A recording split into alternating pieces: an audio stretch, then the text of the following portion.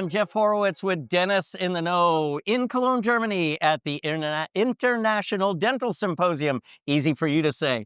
Anyway, I'm here with Fred Marcil, inventor of the InnoBite, a revolutionary new product that you're all going to be seeing, I think, very soon, measuring bite forces, real applicable measurements, which is something that we haven't had in dentistry. We've only looked at relative bite force before.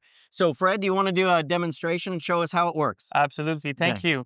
So let's take your bite force. You'll see it's very easy. It takes a second. So essentially what we're going to do is we're going to insert this mouthpiece in your mouth, upper central in the guide here. Okay. And then what we're going to do is we're going to bite as hard as you can for 1 second. So it's really like, and then we release. So pretend like my wife's finger is in my mouth. Exactly, Okay. exactly, Okay. something like that.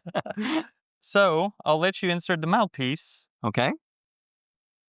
And then let me check this here. Let me see your teeth. Yeah, it's looking good. We're going to lift it whenever you're ready, as hard as you can. 1, 2, 3, go. Okay, we're going to stop here. So 903 Newton, 430 on the left side and 473 on the right side. This is good news. Yeah. Pretty well balanced. That's what you would hope. Okay. So again, really important to consider left and right side balancing, especially on fixed cases when you're doing a full arch rehabilitation. Okay. We always recommend 3 measurements because the first time people are not always comfortable. Right. So we'll do 1 more. Okay, let's if you do don't another. mind.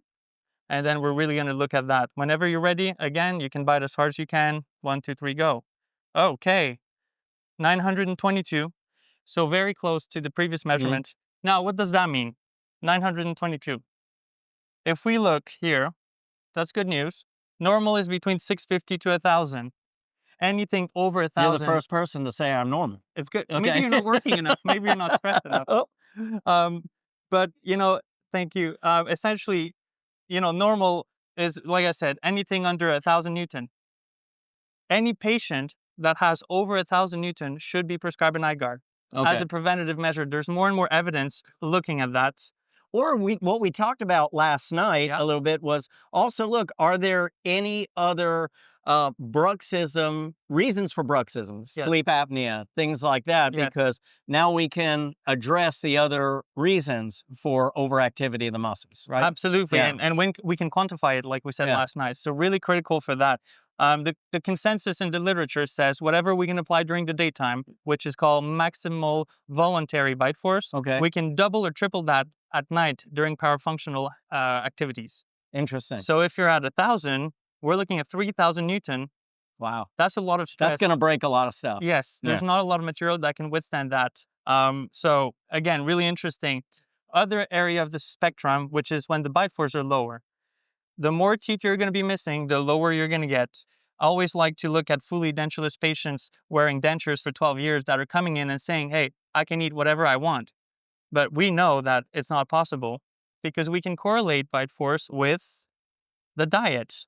Right. And so we've talked about this a little bit, but essentially you need 700 Newton to eat a steak properly. So this is a tool to also educate patients during consultation about the limitation and the potential impact of not a good diet over time. That's actually a great graphic, by the way. Talking to people about what they can truly eat. Yes. So, and because people really don't quite understand what 700 Newton means, it's a bit abstract. So I like to correlate it with food, and it's really kind of an eye-opening moment. Yeah. When it's all poached eggs, it's not good. Exactly. It's easy to eat, though. They can eat as much as they want. But, even a carrot is about 450 Newton. This is most edentulous patients. If we're looking at this here, it might be a little small for the camera, but we have a case here. Now, she came in, periodontal disease, missing posterior, 74 Newton. You see, like you can only imagine. This is the reaction they have.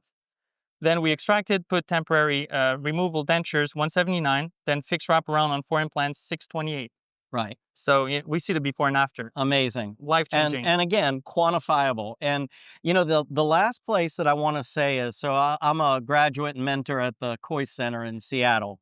And what we talk about is risk mitigation. Yes. And I don't see anything. This should be part of every initial exam. Absolutely. So you can mitigate the risks of what's going to happen to the restorative work that you're going to be talking to them about.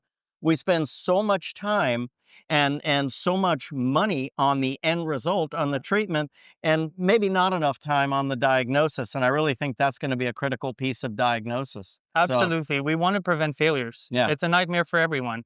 If we measure, numbers don't lie. Yeah, I love it. Well, for Dennis in the Know, Jeff Horowitz with Fred Marcil and InnoBite. Look into it.